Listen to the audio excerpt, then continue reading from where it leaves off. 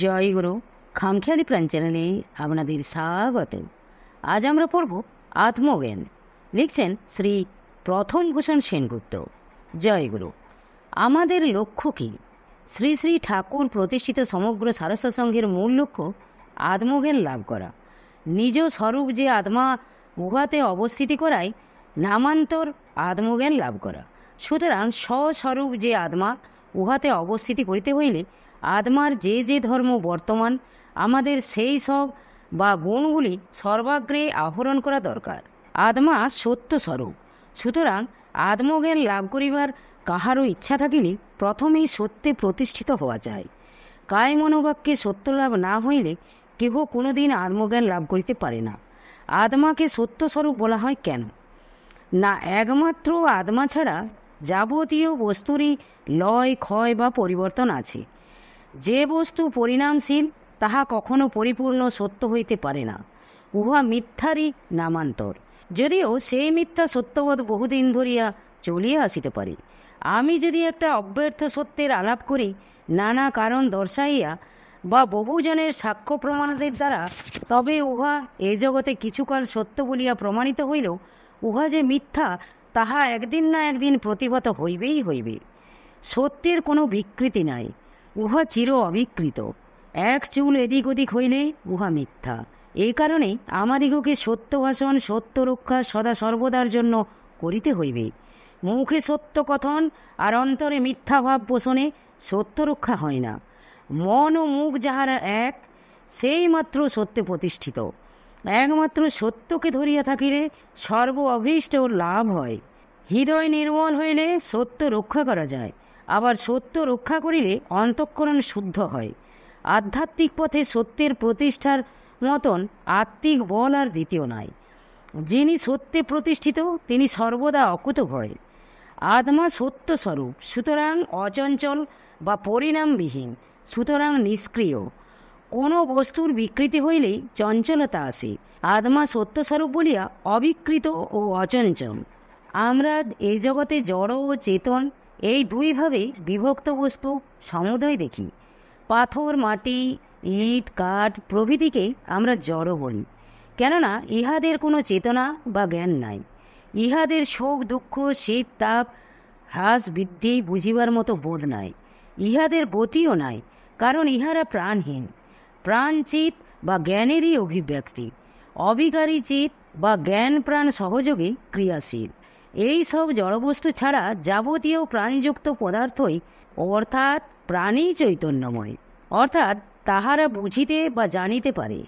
তাহাদের বিভিন্ন অবস্থার অনুভূতি আছে। প্রত্যেক প্রাণীর মধ্যেই জ্ঞানস্বরূপে আত্মা আছেন। আত্মা আছেন বলিয়াই প্রাণ আছে, আর এই প্রাণ আছে বলিয়াই হ্রাস, বৃদ্ধি, গতি প্রাণীমাত্রেই আছে। আমরা যে সুখ, দুঃখ, শীতাতপ অনুভব করি বা কোনো কিছু জানিতে পারি, উহা আমাদের ভিতর জ্ঞানস্বরূপ আত্মা আছেন বলিয়াই সক্ষম হই। যাহা কিছু জানিবার, বুঝিবার ও অনুভব করিবার, তাহা আমরা চিত বা জ্ঞানের সাহায্যে করিয়া থাকি। আত্মা চিত ও জড় সব বস্তুতেই ওতপ্রোতভাবে আছেন, কিন্তু যেখানে প্রাণের স্ফুরণ নাই সেখানে আত্মার বিকাশ নাই। প্রাণটা যেন আয়না, যেখানে ওই আয়না আছে সেখানেই আত্মরূপ সূর্য প্রতিফলিত হয়। প্রাণহীন জড় পদার্থের তাই অনুভবের ক্ষমতা নাই। আমাদের অন্তঃকরণ বা মন বুদ্ধির মূল প্রাণ শক্তি প্রকৃতি বা মায়া হইতে সৃষ্ট। একই শক্তি বা প্রকৃতি বহুভাবে রূপান্তরিত হইয়াছে। আমাদের প্রত্যেকের মন বুদ্ধি ওই আদি প্রকৃতি হইতেই সৃষ্ট। আমাদের ওই মন বুদ্ধিতে প্রতিবিম্বিত আত্মার সান্নিধ্য মাহাত্মে উহা ক্রিয়াশীল। মন বুদ্ধি বা অন্তঃকরণ বহু, তাই একই আত্মা বহু অন্তঃকরণরূপী আয়নার মধ্যে প্রতিফলিত হইয়া বহু জীব হইয়াছেন। এক প্রকৃতি হইতে সঞ্জাত বহু অন্তঃকরণের স্থিতি সম্ভবপর হইয়াছে অহং অভিমানের মাহাত্ম্যে। আমি একজন, আমার অন্য হতে পৃথক সত্তা বিদ্যমান। এই জ্ঞানের জন্য আমরা প্রত্যেকেই এক বোধ না করিয়া স্বাতন্ত্র বোধ করি। শক্তি বা প্রকৃতির বহু হইয়া লীলা করিবার অনুপ্রেরণায় এই অহং অভিমান। আত্মাই প্রকৃতপক্ষে অহং বা আমি। আত্মা নিষ্ক্রিয়, নির্গুণ ও সচ্চিদানন্দময় এবং প্রত্যেক জীবের স্বরূপও তাই, কিন্তু আত্মায় স্বশক্তি হইতে জাত মন বুদ্ধির যাবতীয় ক্রিয়া বা ভাবকে অজ্ঞানে আসল আমিরূপ আত্মাই সৃষ্টি করিতেছে। এই অজ্ঞান প্রভাবে আমরা সর্বকর্মের কর্তা সাজিয়া মন বুদ্ধির ফাঁদে আটকা পড়িয়া বদ্ধ হইয়া পড়িয়াছি। একটা গোলাকার লোহার বল যদি প্রচণ্ড আগুনে কিছুক্ষণ রাখিয়া দেওয়া যায়, তবে সেটাও অগ্নিবৎ লাল হইয়া যাইবে। তখন কোনটা লোহা আর কোনটা আগুন উহা যেমন পৃথক করা দুঃসাধ্য, কারণ দুইয়ে মিলিয়া এক হইয়া গিয়াছে, ঠিক তেমনি আত্মারূপ আগুনের সঙ্গে মন বুদ্ধি অন্তঃকরণ মিশাইয়া এক হইয়া গিয়া একের কর্তৃত্ব অন্যের ঘাড়ে আমরা আরোপ করি। মন বুদ্ধি চঞ্চল ও বিকারী, ক্ষণে ক্ষণে উহা পরিবর্তিত হইতেছে, আর আত্মা অবিকারী ও অচঞ্চল। মন বুদ্ধির চঞ্চলতা যিনি দেখিতে পারিতেছেন, তিনিই আত্মা, তিনিই কর্তাস্বরূপ, সর্ববিকারের সাক্ষী স্বরূপ। প্রকৃতিতে তিনটি গুণ বর্তমান, সত্য, রজ ও তম। যখন এই তিনটি গুণের সাম্যাবস্থা, তখনই শুদ্ধ প্রকৃতি। আর ওই শুদ্ধ প্রকৃতিতে প্রতিফলিত যে নির্বিশেষ ব্রহ্মের যে প্রতিচ্ছবি, এই দুইয়ের মিলিত ভাবকেই সগুণ ব্রহ্ম, আত্মা বা ভগবান বলে। আর যে অবস্থায় ওই প্রকৃতি ব্রহ্মে অন্তর্লীন, উহাকেই অদ্বৈত ব্রহ্ম বলা হয়। দ্বৈতভাব ব্রহ্মশক্তি হইতে সঞ্জাত। শুদ্ধ প্রকৃতি হইতে সর্বপ্রথম আকাশের সৃষ্টি হইয়াছে। আকাশ হইতে বায়ু, বায়ু হইতে তেজ, তেজ হইতে জলের, জল হইতে পৃথিবীর, এই পাঁচটি সূক্ষ্মভূতের সৃষ্টি হইয়াছে। যেহেতু প্রকৃতি ত্রিগুণময়ী, প্রকৃতির সৃষ্টি এই পঞ্চভূতই এই ত্রিগুণযুক্ত। পঞ্চভূতের প্রত্যেকের মিলিত সাত্ত্বিক অংশ হইতে অন্তঃকরণ সৃষ্টি হইয়াছে। এই পঞ্চভূতের সমষ্টি ও ব্যষ্টি রজাংশ দ্বারা যথাক্রমে পঞ্চপ্রাণ ও পঞ্চকর্মেন্দ্রিয় এবং তমাংশ দ্বারা স্থূলদেহ সৃষ্টি হইয়াছে। মোট কথা, আমাদের স্থূলদেহে জ্ঞানেন্দ্রিয়, কর্মেন্দ্রিয় এবং অন্তঃকরণ সবই ব্রহ্মশক্তি হইতে উদ্ভূত। আমরা যখন দেহজ্ঞান ভুলিয়া স্বপ্নশূন্য গভীর নিদ্রায় বা সুষুপ্তিতে মগ্ন হই, তখন আমাদের দেহ, ইন্দ্রিয় এবং অন্তঃকরণ এক কথায় আমাদের সমুদয় অস্তিত্ব সেই মাতৃরূপী শক্তিতে লীন হইয়া যায়। নিদ্রা অন্তে আবার সেইগুলি পুনর্জাগরণ হয়। পূর্বোক্ত সত্য, রজ ও তমগুণ অন্তঃকরণের স্ফুরণের সঙ্গে সঙ্গেই প্রকৃতিগতভাবে পূর্বজন্মের কৃতকর্মের সংস্কার রূপেই চিরকাল বর্তমান। সত্যগুণ স্বচ্ছ ও নির্মল। আমাদের অন্তঃকরণে যখন সত্যগুণ প্রবল হয়, তখন আত্মার সান্নিধ্যবশত জ্ঞানের প্রাদুর্ভাব ঘটে। তাই গীতায় ভগবান বলিয়াছেন, সত্যাৎ সঞ্জায়তে জ্ঞানম। রজগুণ কর্মে প্রবৃত্তি ও ভোগ সুখে মত্ত থাকিতে সদা মনকে প্রবৃত্ত করায়। তমগুণ পশুর অবস্থা সদৃশ। নিদ্রা, আলস্য, তন্দ্রা এইসব পশুজনিত ভাবই এই গুণের প্রাবল্যে ঘটিয়া থাকে। সুতরাং আত্মহিতকামী প্রত্যেকেরই সত্যগুণ লাভের আকাঙ্ক্ষা করা উচিত। এই তিনটি গুণ সাধনকালে পর্যায়ক্রমে সাধকের চিত্তে আরূঢ় হয়। শুদ্ধ সত্যগুণে খুব পাতলা রেশমি কাপড়ের আবরণের মধ্যে যেন আত্মা ঢাকা পড়িয়াছে, এই বোধ হয়। রজগুণের চাঞ্চল্য বেশি থাকায় আত্মচিন্তায় ব্যাঘাত ঘটায় এবং উহা যেন ঘন পুরু কাপড়ের আবরণ, যাহা ভেদ করিয়া জ্ঞানারশ্মি বাহিরে আসিতে বাধা পায়। আর তমগুণ যেন ঘন কালো কাপড়ের একেবারে নিরেট পর্দা। রজগুণে তবুও স্মরণ মনন একটু আধটু সম্ভব, কিন্তু তমগুণ একেবারে লেপা পোছা, জোর করিয়া আর মনন চলে না। মন বুদ্ধি যেন অসাড়। রজমিশ্রিত সত্যগুণে আনন্দের প্রাবল্যবশত লক্ষ্য স্থির রাখা খুবই কষ্টকর। সত্য শুদ্ধ হইলে আত্মায় লয় পায়, তখনই স্বরূপ অবস্থা।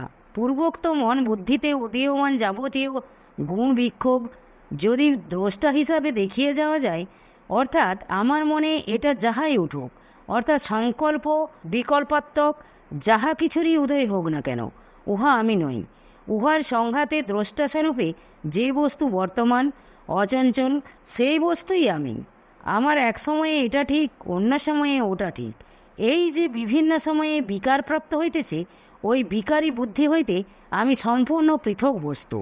কারণ আমি ঠিকই আছি, আর আমি পরিবর্তনগুলি অনুভব করিতে পারিতেছি। অতএব এই সব চাঞ্চল্য আত্মস্বরূপ আমার নয়, আমা হইতে পৃথক অন্য এক বস্তুর চাঞ্চল্যময় বিকাশ মাত্র। অন্তঃকরণের চাঞ্চল্যলহরী দ্রষ্টার সঙ্গে যুক্ত হইয়া দেখিয়া যাইতে পারিলে গুণাতীত অবস্থা লাভ করা যায়, অথবা ভক্তির ভাবে আমার মন বুদ্ধিরূপ যন্ত্রের মধ্য দিয়া ভগবান তার ইচ্ছামতো যেরূপ খেলায় খেলুন, আমি সেজন্য একটুও বিচলিত হই না।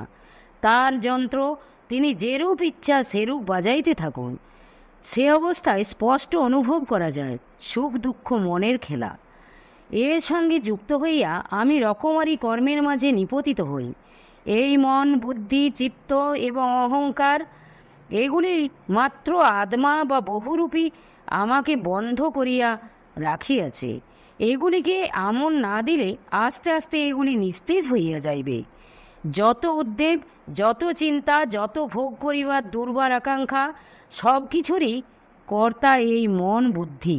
এটা ভালো, ওটা মন্দ, এটা পুরুষ, ওটা নারী, এই যে ভেদ জ্ঞান, উহা মন বুদ্ধিরই সৃষ্টি। এটা কঠিন, ওটা তরল, এটি জড়, ওটি চৈতন্য, এই সব ভেদ এক অদ্বিতীয় ব্রহ্মসত্তাকে মন বুদ্ধির ক্রিয়ার দ্বারা কল্পিত হইয়া থাকে। সুতরাং মন হইতে এইসব সংস্কার রাশি অপসারিত করিতে পারিলে চিত্তবস্তুর প্রকৃত সত্তায় শুদ্ধ মনে প্রতিভাত হইবে। ইহাকেই চিত্তশুদ্ধি বুঝি। মনের ভোগ বাসনার অদম্য ইচ্ছায় অশুদ্ধ চিত্তের মূল কারণ। মন হইতে ভোগ বাসনার আসক্তি একেবারে দূর করিতে পারিলে মনের চঞ্চলতা কমিয়া যায়।